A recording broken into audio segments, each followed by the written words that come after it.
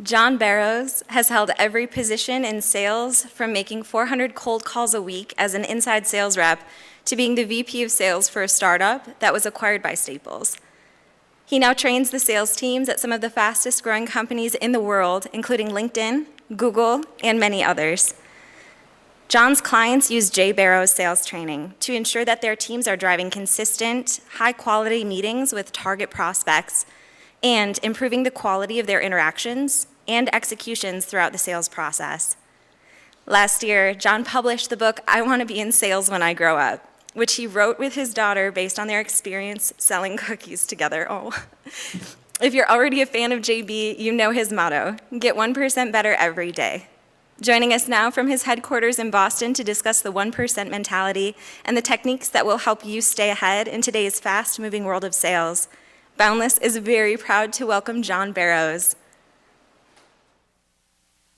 Hey everybody, what's going on? This is John Barrows. So I am super excited to be speaking here at Boundless 2020, and I really appreciate you guys asking me to speak here.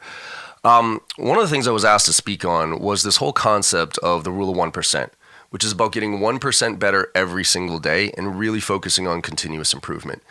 And I adopted this mentality back in my first startup when we read this book by Ken Blanchard called Raving Fans. And it's all about customer service and success because we were really a service-based industry. We did outsourced IT services to the SMB market. So the concept was really to how to provide better service to your customer. And there was three kind of pillars there. It's like know who you are and what you deliver, know what your customer expects from you, make sure that those things align, and then try to get 1% better every single day. And that really resonated with me because earlier in my career, what I was doing is I was setting very high and lofty goals for myself, and I would achieve those goals, and then I would set another huge mountain to climb. And what was happening was a lot of times I'd get just very frustrated on reaching that next pinnacle that I set for myself. So instead of doing that, I started doing just trying to get 1% better every day. And it sunk in because my mentality was, look, if I told you to get 50% better, in 50 days, you'd look at me sideways and say, dude, I don't know what you're talking about. I'm working as hard as I can right now. That seems crazy. But if I said, hey, could you do 1% better tomorrow? Could you just do 1% better, right? And 1% means make one extra cold call, do one extra push-up in the morning. Whatever that might be, just try to do that 1% better because then in 50 days, you're 50% better. Right? And so this really laid the foundation for what I created, which I think everybody should go through. I have these 12 personal guidelines to success. And this is one of them, which is the rule of 1%. But I want to get to that because I think this is important for everybody to go through. And it's this whole value exercise to really sit down and understand what your core values are as an individual. Okay. And the reason I think this is so important is because it helps you then put a lens on for all your decisions moving forward, what companies you want to work for, what clients you want to work with, what you're going to do, how you're going to manage your team, how you're going to work with your boss. All of this is how this aligns. And I don't really remember how I got introduced to this or who recommended this to me early in my career, but I'm glad whoever it was did, because I sat down and I put together 12 guidelines for my personal success. And the first one's work hard and smart. Because everybody says work hard, work smart. And I say, no, you got to work hard and smart. Earn everything, right? Don't expect anything to be given to you. Confidence overcomes most shortcomings except for an ego. And this is really important because, right, ego is gross, but confidence, that'll get you most places. Find your passion or find something else to do. And people say follow your passion. I think that's a fool's errand. I think that's a terrible advice to give to a kid, right? Because you have to find it first. And especially in business, I don't think you really find what you're passionate about and what you're good at until your mid to late 20s, if not early 30s. Next one's always ask for feedback, like constantly be asking for feedback on a regular basis. I don't care who it is. You always want to be getting better. Set smart goals and hold yourself accountable. So SMART, S-M-A-R-T, specific, measurable, attainable, realistic, and timely. You want to set goals on a regular basis. If you're not setting goals, then somebody else is in charge, right? Somebody else is dictating your path. By setting your own goals, all of a sudden you're the one running the show. And if you don't have goals, you're just kind of going through the motions. So that's a big one, is set those goals, and we'll get to that and how it relates to 1%. Be open and honest with everybody, especially yourself, right? So be able to look at yourself in the mirror and be honest with yourself about where your strengths and weaknesses are. Don't think you're better than anybody else, but nobody else is better than you. That's kind of my whole confidence one too, which is, look, I don't think I'm better than anybody else, but I know that nobody's better than me, especially in what I do. What goes around comes around is a huge one for me. I've always believed that. I've had way too many experiences in my life that of doing something and then having it come back around in a positive and negative way in some cases. So that's why you always want to treat people right. You always want to do the right thing. Number 10 is you can learn something new from everyone in every situation. Now, I learned this one early in my career, my first job at DeWalt. When I was selling at DeWalt, we sold power tools, right? And really all our job was to go around on construction sites and give away free tools. But what most of the sales reps did who were on my team is when they went onto the construction site, they would go straight to the foreman and try to sell them on our best, coolest, newest tools. And what I did was I knew about the tools. DeWalt obviously educated on us, but I didn't know how to use them nearly as well as the workers did. So what I did, instead of going straight to the foreman, I would sit down with the workers and I would say, hey, you using that drill? It's a Makita drill or whatever it is. Have you ever tried the DeWalt drill? No. Okay. Hey, do me a favor. Could you use this for about a week and I'll come back and I want to ask you some questions about this? Yeah, sure. So I'd come back in a week. I'd learn how they used it. I'd get their feedback. And then I would go to the foreman and I'd say, hey, I just talked to 5, 10, 20 of your, workers there. And they said that the DeWalt drill is better. Like, and this is why, and all this other stuff. And I sold way more than most of the other reps did because of that approach. So don't ever look down on anybody, right? Secretaries, you can learn a ton from secretaries. People at the bottom of rungs, quote unquote, right, bottom of the totem pole there, you should learn from them so that you can have a better story to tell up there. And this goes for not just work, but anybody in life. Number 11 is make sure you can live with worst case scenario. So this one's an interesting one because this is how I make my decisions, right? I used to have this one as make sure you always have a plan B. And I actually disagree with that now because I think your plan B distracts from your plan A. So it actually gives you a kind of an out. So if you don't succeed here, then you got this buffer, which I actually don't believe in. I believe going all in on your plan A. But I switched it a while back to make sure you can live with worst case scenario, which means when you make a decision, ask yourself, what's the worst case scenario here? And if you're okay with that worst case scenario, then do it. So for instance, let's talk sales. Say you're at somebody below the power line, somebody who's not a decision maker, right? And you have to get to the decision maker. Ask yourself, what's the worst case scenario if I go over this person's head? Obviously, you'll piss this person off and you'll lose the deal, okay? Now, if you're okay with that, then do it. As long as you're doing it for the right reasons because it's in their best interest, right? But if you're not okay with that, obviously don't do it. Try something different. And then the last but not least one here is get at least 1% better every day. And this really has that mindset in me where every day I try to look at myself and I say, am I better today than I was yesterday? And sometimes it's just not the case. You know what I mean? Sometimes the answer is no. And so I need to know I need to get better the next day. And this all kind of ties to the rest of those guiding principles because this rounds out goal setting. Because now when I kind of get off of goal setting, I realize I'm not as good as I was yesterday, right? Or I'm getting worse if I don't have goals every single day. And by the way, I set goals every single day. So I have a whiteboard here in front of my desk, and I write down 2 or 3 of my top goals that day that I know I need to get accomplished. Now, no matter how bad my day went, if I got those 3 goals accomplished, I had a pretty good day. No matter how good my day went or I thought it went, if I didn't get those goals accomplished, then I could have had a better day.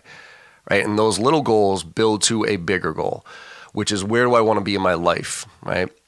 And this is something that I've been doing a lot of thinking about recently is, that whole question that you get when you're interviewing is like, where do you want to be in 5 years? I used to think that was a terrible question. It's like, oh, I want to be a manager, that type of stuff. But now I actually think it's a pretty important question to ask yourself. Maybe it's just because I'm getting older now or more experienced or whatever.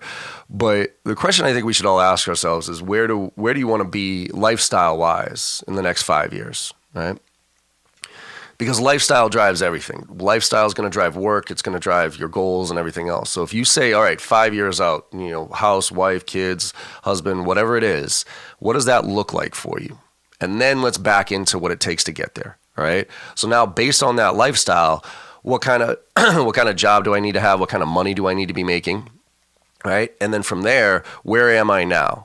Because a lot of people come to me and they'll say, hey, John, I'm in this, I'm in this role. I'm not really happy with it. So I'm thinking of switching jobs or whatever it is. And I'll ask them, I'll say, all right, well, so what's your plan? like where you want to be out in 5 years. And most of them don't really have a plan, right? Most people say, well, I don't know. I guess I want to be a manager. It's like, no. Sit down and think about that for a minute, because that's going to dictate what you do here. Because look, you could be doing the worst job ever, but as long as that job is going to help you get to that next level in your career, then you should be able to stick it out. But if you don't have a plan of where you want to go, you're just going to be looking for slightly better, worse jobs, right? And keep bouncing all over the place. But if you have a plan, if you have goals, and you focus on getting 1% better, all of a sudden you can put things into perspective and realize, I got a 45-year career here, right? At minimum, and I'm probably going to live a lot longer just based on how people's lives are going these days. So, 2 years of doing this crap right here, when you put it in real perspective, it's actually not that bad, right? So I can do this as long as it's going to help me get there, right? So that's what this whole rule of 1% is all about. It's just kind of self-reflection, trying to get better every day, not making it too ridiculous as far as what your really aggressive goals are, right? But just trying to do a little bit every day to get better. And I'll share some tactical things of how I do that now. One of the things, everybody learns differently, okay? Some people learn by reading, some people learn by doing, some people learn by talking, whatever it might be. I think learning your own learning style is really important. Now, for me, as an example, I don't like reading. I just don't like reading. Well, I don't like reading books for a couple of reasons. One is I think books, most of them are total fluff, right? There's usually about 10% of the book that's decent. But also, and I've tried this, I read about 3 to 4 pages into a book and I immediately fall asleep. And there is nothing I can do about it either, by the way. I've sat in uncomfortable chairs. I've sat with lights coming down, blazing in my eyes, and music playing even. And about 3 to 4 pages in, I'm like, right? So I'm out. So that's not how my brain works, right? My brain works by, getting snippets of information, talking to people. One of the reasons I started my blog or my podcast, for instance, was, because we needed a podcast, but that's the way I learn. I learn by talking to people who are smarter than me and asking them questions and being genuinely curious about what they do.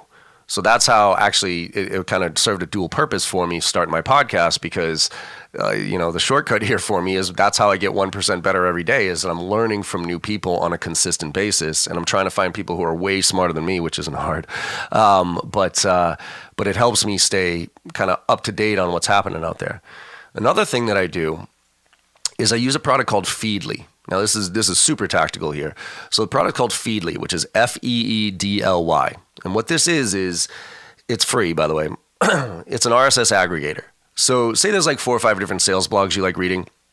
Usually you have to go to 4 or 5 different sales websites to read those blogs, or get 4 or 5 different emails to hit your inbox, right? What you can do in Feedly is you can set up a folder in Feedly called Sales Blogs, and then you could dump all your sales blogs in there, all right? And so then when you open up that folder, the only thing that you see is the headlines of all the different sales blogs. You can kind of skim through them and see what's going on and only choose the articles that you want to read.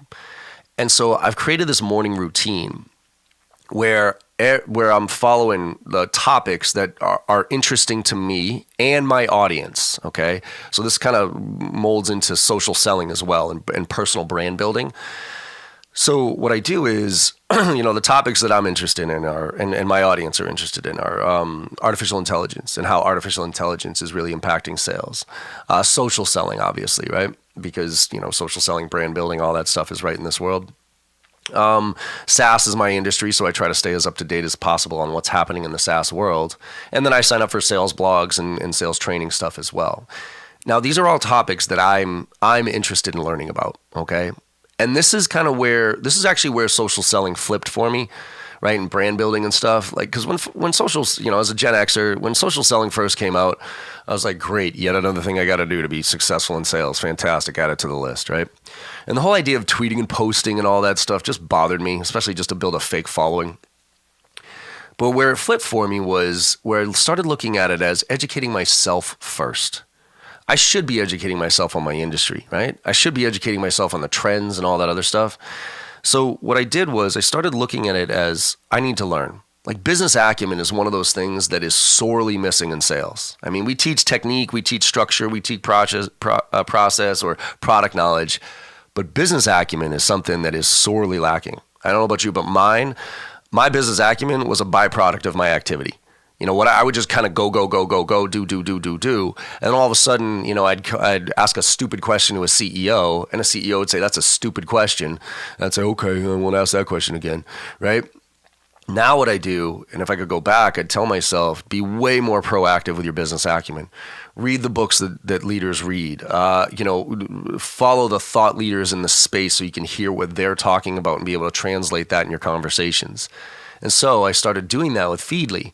And so now every morning I have this morning routine. And this is really how I get that 1% better every day. Is I have this morning routine where I take my top 25 accounts, right? So I got these top 25 tier 1 accounts that I'm going after. And I follow them on some of the social listening tools like Sales Navigator, Owler. If you're not using Owler, I highly recommend it. OWLER. It's free. It's like Google Alerts on steroids. I even set those 25 accounts up on my Twitter. I follow them on Twitter lists. I also do. I have a dummy Facebook account where I go like all my top tier accounts on Facebook. Not their people. That's weird, but their companies. And all I'm doing is all those tabs open up in Chrome every day. And all I'm doing is I'm kind of scanning through data feeds and looking for stuff to make connections with, right? But then Feedly is up there too. And Feedly is all those articles. And what I'm doing is just every day I'm reading probably 2 or 3 articles that seem interesting, right? And when I read them and learn something, and only when I read them and learn something, then I take an extra 2 seconds and I throw a little flavor on top and say, hey, really interesting article here. If you're a VP of sales in the SaaS industry trying to integrate social selling into your routine, you should take a look at this article. Paragraph 5 and 7 are very tactical things you can do, right? And I put that out there, and that's how I share it. And that's the whole idea about brand building, right? You don't have to be the content creator. You have to be the content curator. Because look, if you want to put videos out there, if you want to put blog posts out there, by all means, some people have the tools to be able to do that, others don't. But that to me is a little bit of heavy lifting there if you're not really, in a position like me where it's my company, it's my brand, and that's why it's so important. But I still think brand building is incredibly important for each one of us in our careers because people just don't trust corporate brands anymore. They trust personal brands and influencers. And there's like stats out there that I think the IDC put out that they said the vast majority of people consider the expertise of a sales professional prior to making a buying decision. And if you are known as a thought leader in your industry, you are 5 times more likely to get the business than if you're not. Now, I'm not going to pretend like we're all going to become thought leaders overnight. I think that's a little ridiculous, but I think we can move in that direction. And I do that by, again, educating myself first and then sharing. A key to almost anything, and let's talk sales here, the technology is coming fast for us, right? And this is why we have to stay up to date on our skills, on the technology that's out there, just to pay attention. Because I'm watching a lot of sales reps die a pretty painful death at this point. And I mean average sales reps, not good ones, not great ones, but average ones. And I mean the ones who are going through the motions, right? The ones who are literally just pressing play on cadences, making generic cold calls, asking BANT questions, pressing play on demos. Like I hate demos, by the way. I go through probably 3 or 4 demos on a weekly basis, right? I'm not a good lead. I got only about 6 or 7 people on my team here. But, I got some decent clients. So a lot of these sales tools want to show me what their new thing, right? So I can introduce to my client base. And so I this is why I stay up to date. So I go through probably 3 or 4 demos on a weekly basis, but every demo is exactly the same. They all start like, well, John, is this still a good time? First of all, I got some pet peeves here.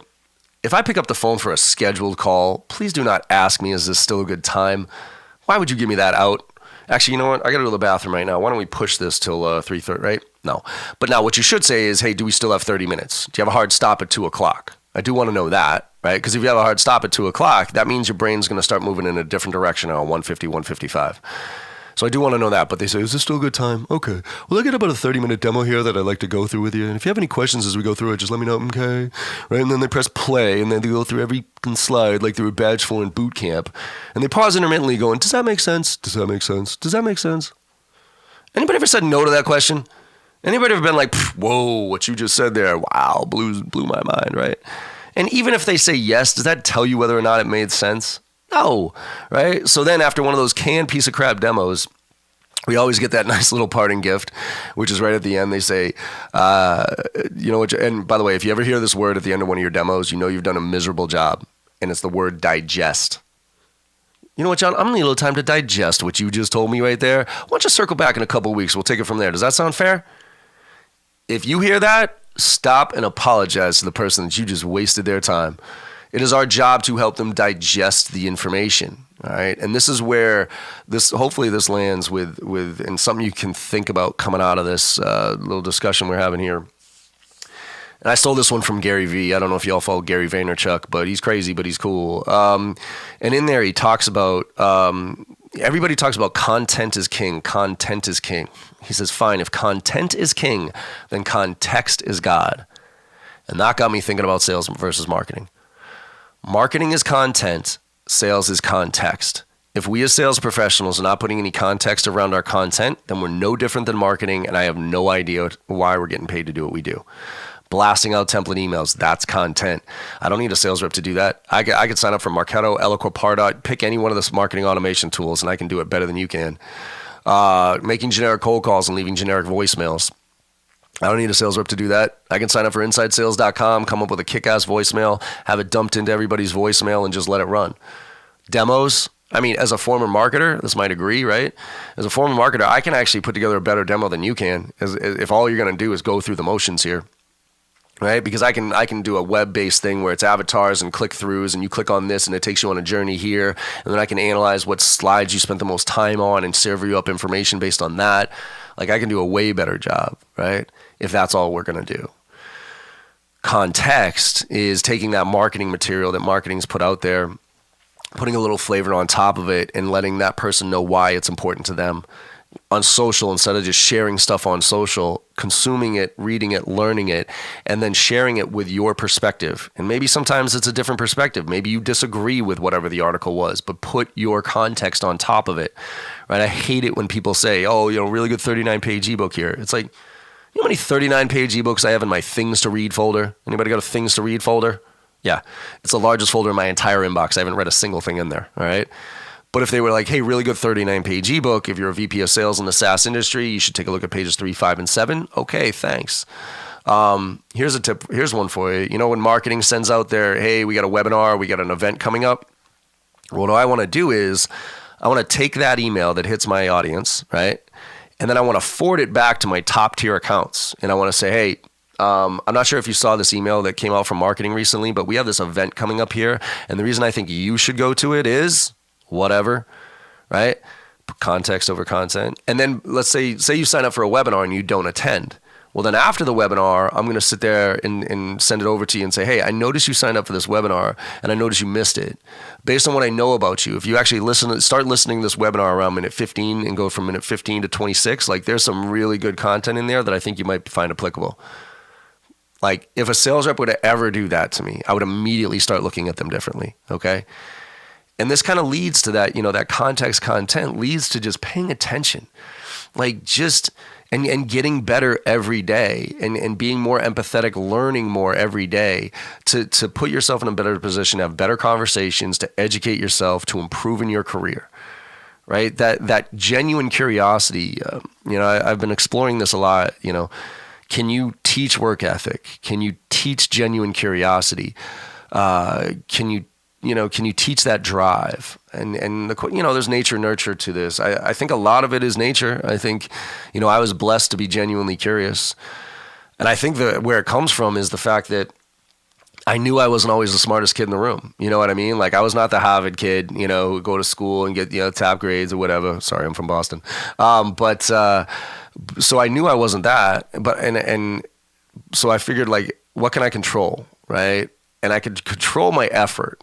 That's what I knew I could control. I couldn't control my intelligence per se. Like, yes, I could get smarter, but I knew one thing I could absolutely control, which was my effort.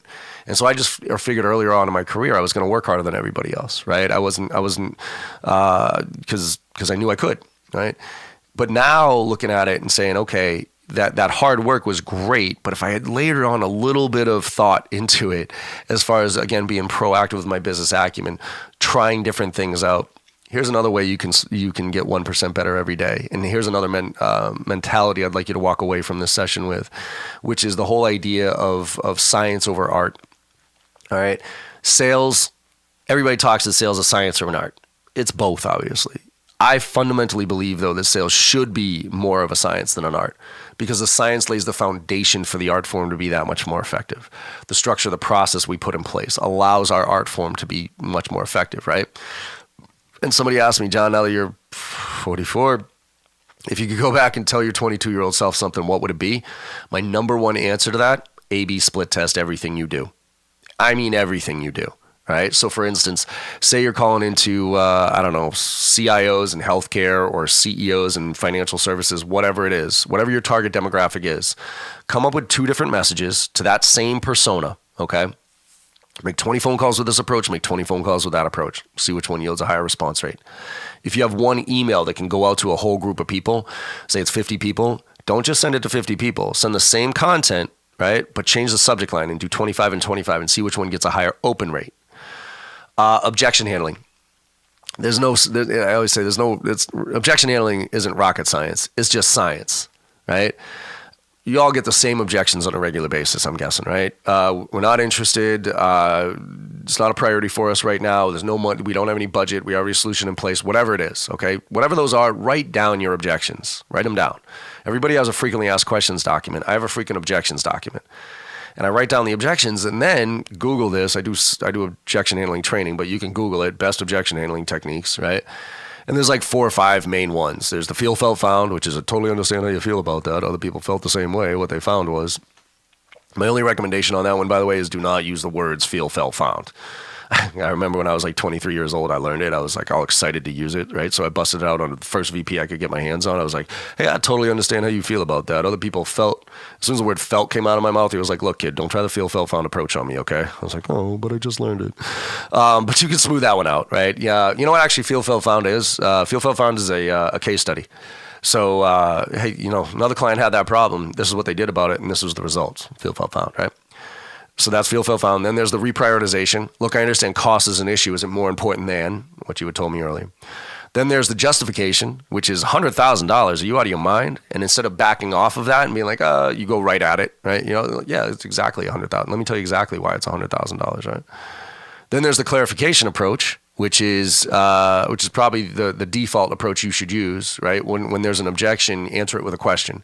What do you mean by that? Give me an example of those type of things. So when somebody says, for instance, John, you guys are too expensive, my answer to that every time is compared to what? Compared to my direct competitors? Compared to doing nothing? Compared to missing your quota this quarter? What is it? Compared to what? Right? And then there's the preemptive strike where the objection's coming. You just use it before they do. Right? So on a cold call, that would be something like, look, I know you weren't expecting my call, so I'll be brief. Okay, so those are 5: feel, felt, found, reprioritization, clarification, justification, and preemptive strike. 5 different techniques. Write down an objection that you're getting hammered on. Come up with 2 different ways of dealing with that objection. The next 10 times it comes up, deal with it this way. The next 10 times, deal with it that way. See which one yields a higher response rate. By taking the split test mentality, you will get better every single day. Because think about it. If I were to say make 50 dials, right? Say make 50 dials in a day, and say you get 0 meetings, okay? That's a terrible day, right? Yup, I agree with you. But say you make 50 dials and you make $25 with this approach and $25 with this approach and you still get no meetings. To me, that's actually not a bad day because you just figured out 2 approaches that don't work. And you'll eventually figure out ones that do. So that's what I'll leave you with there. If you take that split test mentality and try to figure out something and learn something every day, right? Then you can get better every single day. Right? And just by constantly testing things. So set goals, write down SMART goals for yourself, okay? 5 years out, what does that lifestyle look like for you? And then let's back into it of what you need to be doing now to be able to get there, because that will help you stay focused. That will help you get through the bad times of why am I doing this? Well, I know why I'm doing this. I'm doing this to reach that goal. All right. And then split test and try different things every day. Just micro things. I don't care what it is, like how to get through a gatekeeper, how to deal with a certain objection, whatever that might be. Try and be a scientist about tracking things and figuring out what's working. And then ask yourself at the end of the day, am I better today than I was yesterday? Did I do that one extra thing? And if you didn't, don't beat yourself up. It's fine. Just try to get better the next day. All right. So hopefully this was valuable to you. Hopefully this mindset can change your approach like it changed mine. and help you get better every day. So I want to thank you again for taking the time to listen to me. Hopefully you got some value out of this, and let's make 2020 a kick-ass year. All right, let's go get it, and really hold yourself accountable by setting those goals and getting that 1% better every day. All right, thank you all very much. Let's make it happen.